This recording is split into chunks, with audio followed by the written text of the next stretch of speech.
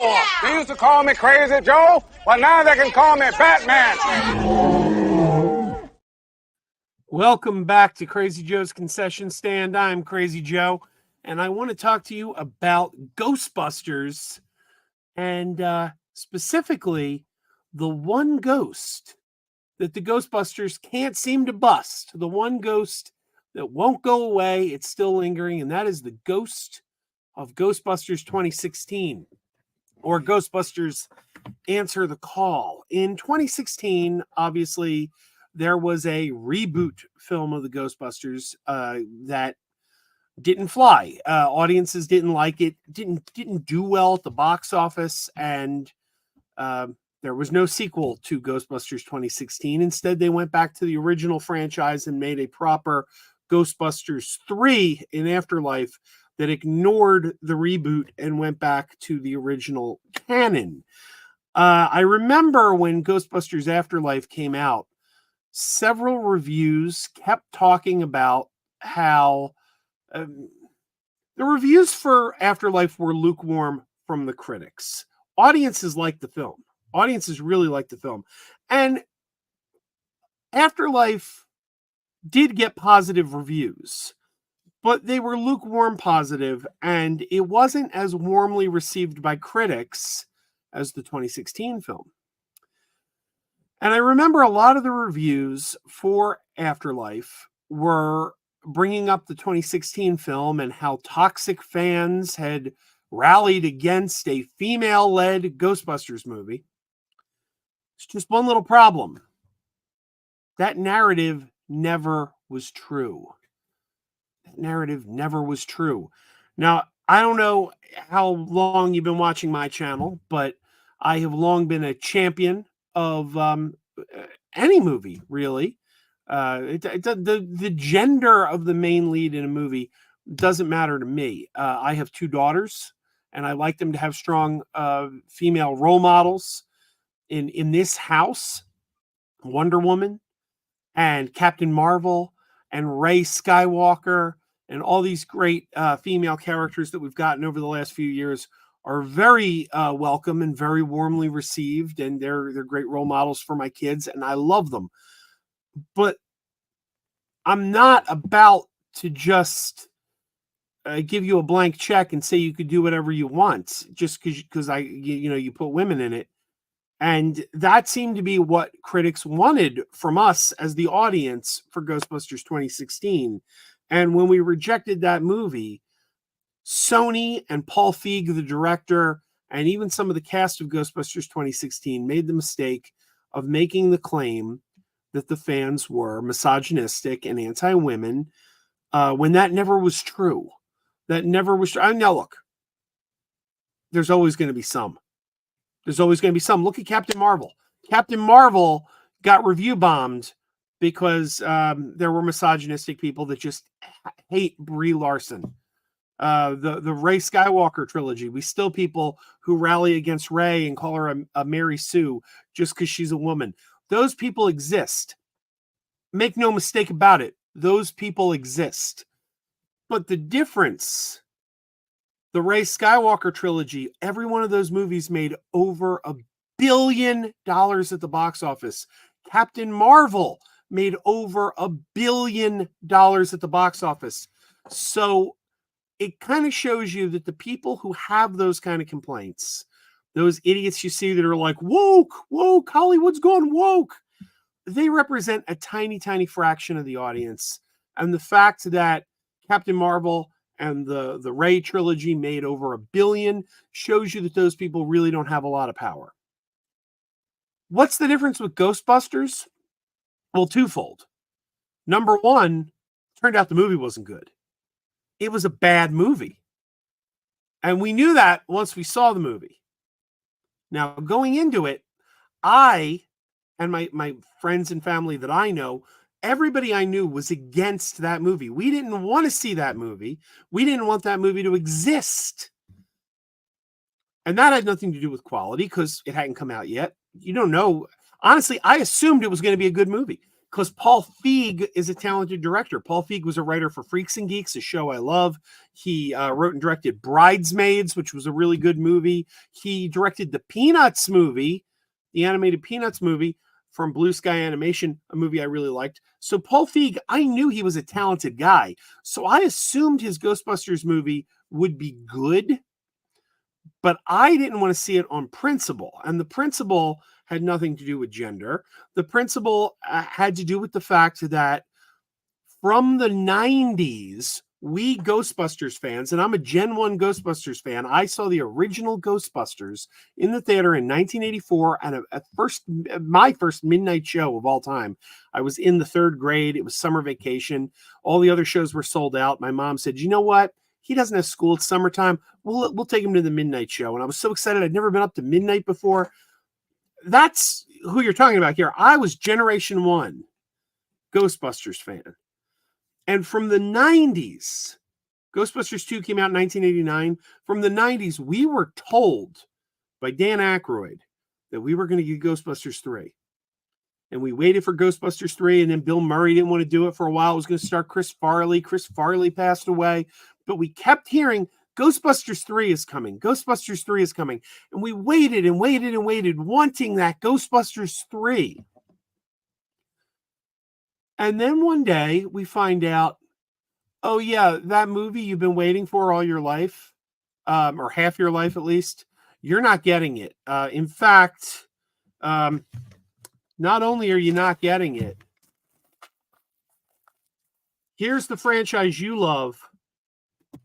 Gone. We're rebooting it from square one. The characters, the stories, the continuity, the canon that you cared about, we're tossing that out the window and bringing in a whole new canon. Everything you loved is not going to count in this universe. And that's never what the fans wanted. The fans wanted a continuity, like a canonical Ghostbusters 3 that picks up the legacy of the first two. And I can't speak for everyone. I didn't care if it was women. You could have given me 4 women. Fine. But I wanted them to be 4 women who were picking up the reins from Dr. Venkman, Dr. Stantz, Winston Zeddemore, Egon. I wanted them to be the next generation. I wanted the old guys there to pass the torch. That's the movie I wanted. That's the movie all the fans wanted. That's the movie we were promised. That's the movie Dan Aykroyd and Ivan Reitman wanted to give us. Now, at that time, you may recall, there was the Sony leaks. Remember, there was a movie, The Interview, with Seth Rogen, and it really upset Kim Jong-il. And Kim Jong-il, somebody leaked all the emails that Sony had in retaliation because of The Interview. And did I say his name right? I may have said his name wrong. The Korean dictator. I don't know. Kim Jong-il, right? Okay. All right. That's beside the point. All those Sony emails got leaked. And when those Sony emails got leaked, we learned what was going on behind the scenes of the Ghostbusters movies. We learned what was going on behind the scenes with Amy Pascal. And it came out that she really wanted Paul Feig to direct the next Ghostbusters movie. This isn't speculation. This isn't rumor. It was in the emails. We all saw it in black and white. It was leaked. There's some cats causing trouble behind me. I apologize. And we also came to learn that Paul Feig turned the job down about 3 times. Paul Feig did not want to direct Ghostbusters. He had no interest. And Amy Pascal kept pushing him. And finally she said, what would you want? Like, to come on board and do this movie, what do we need to give you? And he said, well, I'd want to do a whole reboot. And she said, done. You got your reboot. Just come in and do it. And there's a lot wrong with that. There's a lot wrong with that, because here you have a filmmaker who wasn't interested in making this movie. It wasn't a movie he wanted to make. Told him no. And she was so desperate to get the guy who didn't want the job that she ended up pulling the rug out from Dan Aykroyd and Ivan Reitman, the series creators, who were hard at work on a canonical third film. They were still writing the script for Ghostbusters 3, and they pulled the rug out from under them, said, no, you don't get your third movie because Paul Feig wants to do a reboot.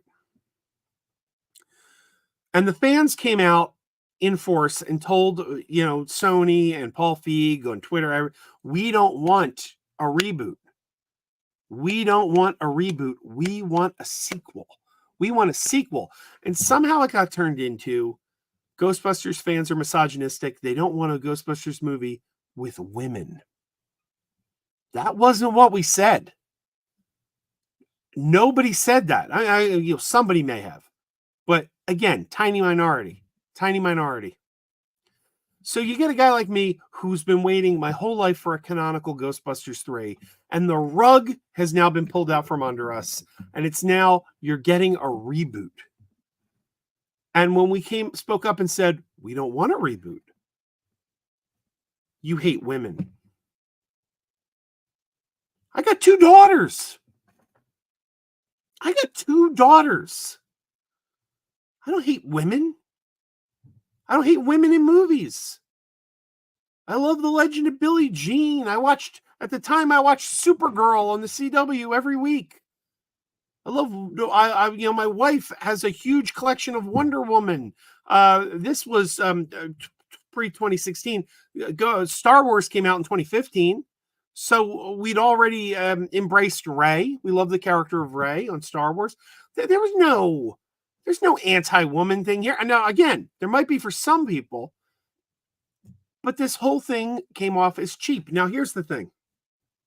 As I said, Captain Marvel, $1 billion hit. The Star Wars trilogy, $1 billion hits, all starring women. Ghostbusters comes out. Nobody liked it. So was it misogynists that moved the needle on that film? Or was it the fact that you made a terrible movie?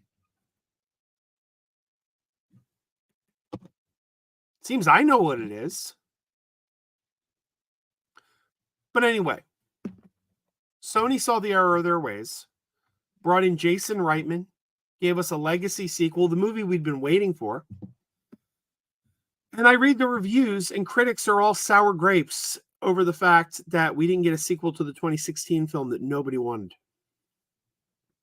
That's another thing. I often say, and I've done video on this channel, I often say one of my least favorite things people say in film criticism is nobody asked for it.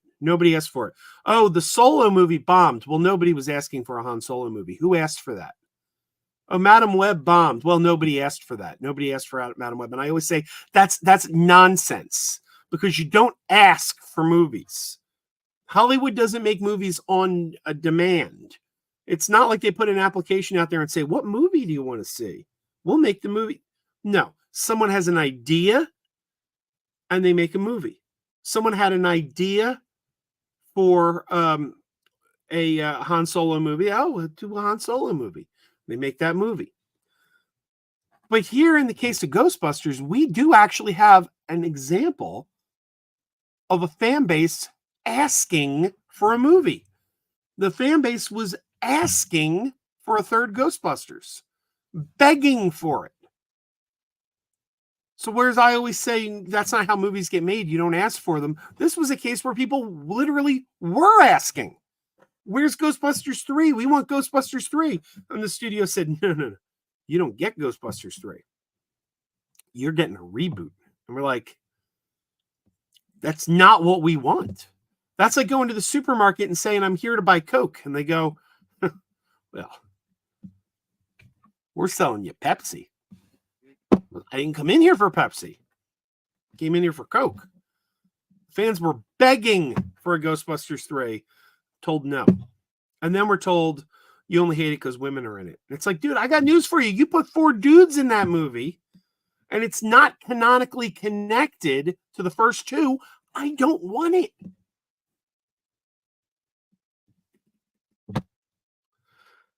So why do I bring this up now? Well, Ghostbusters Frozen Empire opened this weekend, and I'm reading the reviews, And we just can't be done with this. We just can't be done with it. They're still bringing it up. This review is from Slash Film. There we go. Slash Film writer BJ, how do I say her name? BJ Colangelo. I don't know. BJ Colangelo from Slash Film writes this review of Ghostbusters Frozen Empire. And in it, she talks about how it's time to retire the original cast, which I partially agree with her on. Partially. I don't think you should retire the entire original cast, but I do think some of the original cast needs to retire. We'll talk about that in another video. Having a conversation about retirement is one of the hardest things a person can do.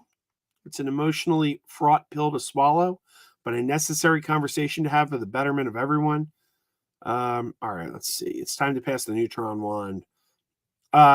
When Jason Reitman's Ghostbusters Afterlife was first announced, many thought it was the result of the extreme backlash to Paul Feig's Ghostbusters Answer the Call, a film that people were very normal about. And by normal, I, of course, mean brought the fury of a prehistoric bitch who needs to be shown how we do things downtown. Then it goes on to say, nothing more than Ghostbusters Afterlife was perceived as nothing more than a course correction of Ghostbusters Girls. But she has come into the defense. She's saying it comes as a disservice to Reitman, whose father, Ivan, not only created the franchise, but served as a producer before passing in 2022. Still, after the toxic wave of unrepentant piss babies crying about how a movie starring women apparently went back in time and murdered their childhood or something, it was difficult not to see the excessive Easter eggs, references, and cameos in Afterlife as a means to appease the frothing beasts of fandom. F you, BJ Colangelo. That is not what happened. And if it is, proud piss baby. Hashtag me proud piss baby here. Let's stop this garbage. Let's stop this garbage. Ghostbusters 2016 wasn't good. That's why nobody went to see it. That's why nobody wanted it. It wasn't good.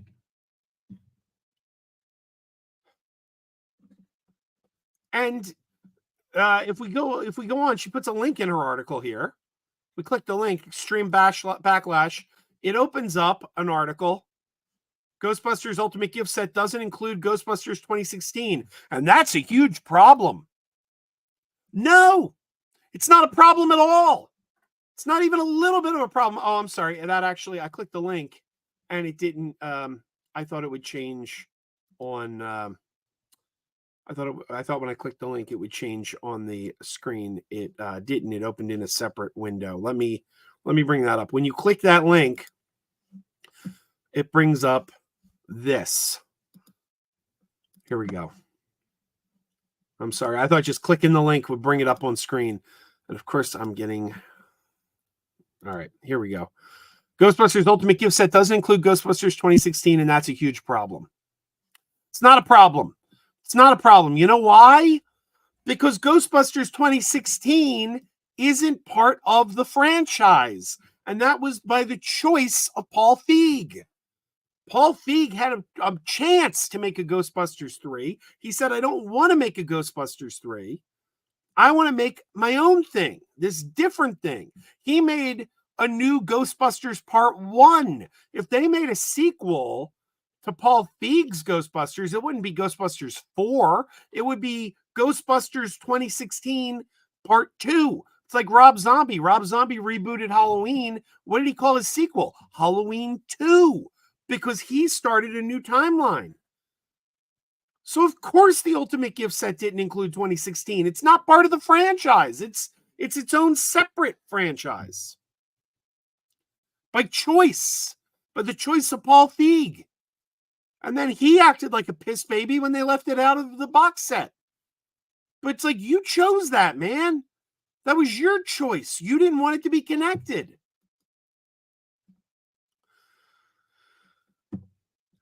I just wish we could stop talking about Ghostbusters 2016. It's a movie that the audience didn't want. And it's not about politics. It's not about misogyny. The men didn't want it. The women didn't want it. The right-wingers didn't want it. The left-wingers didn't want it. Nobody wanted it. And again, I point you to Captain Marvel. $1 billion. So the people, the misogynists, they're there, but they represent that much of the box office. They are powerless. They are powerless little trolls. They hold no power. But I'll show you one more thing. Before we call it quits, I will show you one more thing. James Rolfe, the angry video game nerd, heck of a great guy. He's a local guy, lives near me. I've met him many times, and I think he's just a wonderful dude. I like him. He made a video at that time explaining why he wasn't going to go see Ghostbusters 2016, and he got criticized for it. And if you listen to him, he explains all the reasons he wasn't interested in the movie. And one reason he never gives is misogyny or hating women. That wasn't there. But that didn't stop people from saying that was the reason. Let's take a look at this article from May 18th, 2016, from Devin Faraci from the website Birth Movies Death. Yesterday, a guy who goes by the nom de YouTube, Angry Video Game Nerd, uploaded a video entitled Ghostbusters 2016. No review, I refuse. Seated next to merch from the dismal franchise entry Star Trek V: The Final Frontier, he proceeded to explain why he would not be seeing the new Ghostbusters reboot. The Angry Video Game Nerd was at the very least making better points than I have otherwise seen online. I've seen a number of morons complain about the reboot's jokey nature. It disrespects the horror aspects of the original. Wish I were kidding about this. But there's a weird sense that something is being unsaid, or maybe it's just not consciously considered, but rather bubbling under the surface. Casual, unthinking sexism. So, the soft sexism of hating on the new Ghostbusters. May 18th, 2016 by Devin Faraci. So this Devin Faraci from Birth Movies Death accused James Rolfe of soft sexism for hating on the movie. Well, does anybody know where Devin Faraci is today? Just curious, because I do. Devin Faraci, the man who accused James Rolfe of sexism for saying he didn't want to see Ghostbusters, later that year was Me Too'd. It came out that he was sexually abusive towards some women. And he really doesn't have a career anymore. He was fired from Birth Movies Death. I don't know what he does now, but he is no longer in online journalism because it turns out that this man who pointed the finger at James Rolfe and called him a sexist was, in fact, sexist. He was an abuser, this Devin Faraci. Yet he's pointing the finger at good family man James Rolfe, who has a wife and kids. It's a good dude. Just because he didn't want to see a movie. So now we have another new Ghostbusters movie, Ghostbusters Frozen Empire. And still, the online discourse is turning to a film from 8 years ago that was a bad idea 8 years ago. And nobody liked it. Nobody went to see it. Nobody wanted it. But instead of just accepting that there wasn't an audience for that movie, we still have to turn it into crying piss babies. Didn't want to see this movie. Well, hashtag proud piss baby. I didn't want to see that movie then. I'm glad it didn't get a sequel. And more importantly, I'm glad that Dan Aykroyd and Ivan Reitman got to fulfill their dream of making another canonical Ghostbusters sequel, because frankly, I did not think we were ever going to get it. I thought once a reboot happens, it's very rare that they unboot the reboot and go back to the old continuity. It's becoming more common now. But at that time, usually when something gets rebooted, it means the old continuity is gone. All right, guys. Thanks for bearing with me on this 25-minute rant. I am sick to death of Ghostbusters 2016. I didn't want it then. Still don't want it. I'm not interested in it. I'm never going to be interested in it. And these critics need to stop having temper tantrums over the fact that 8 years ago, we didn't want to see a movie. I'm done with it. Can we please move on? Bring on Ghostbusters 5. Keep wearing those pajamas. Keep wearing those pajamas with the plastic feet. Keep wearing those pajamas. Tell everyone you meet. Keep wearing those pajamas with the back door flap. Keep wearing those pajamas. Don't open, it's a trap.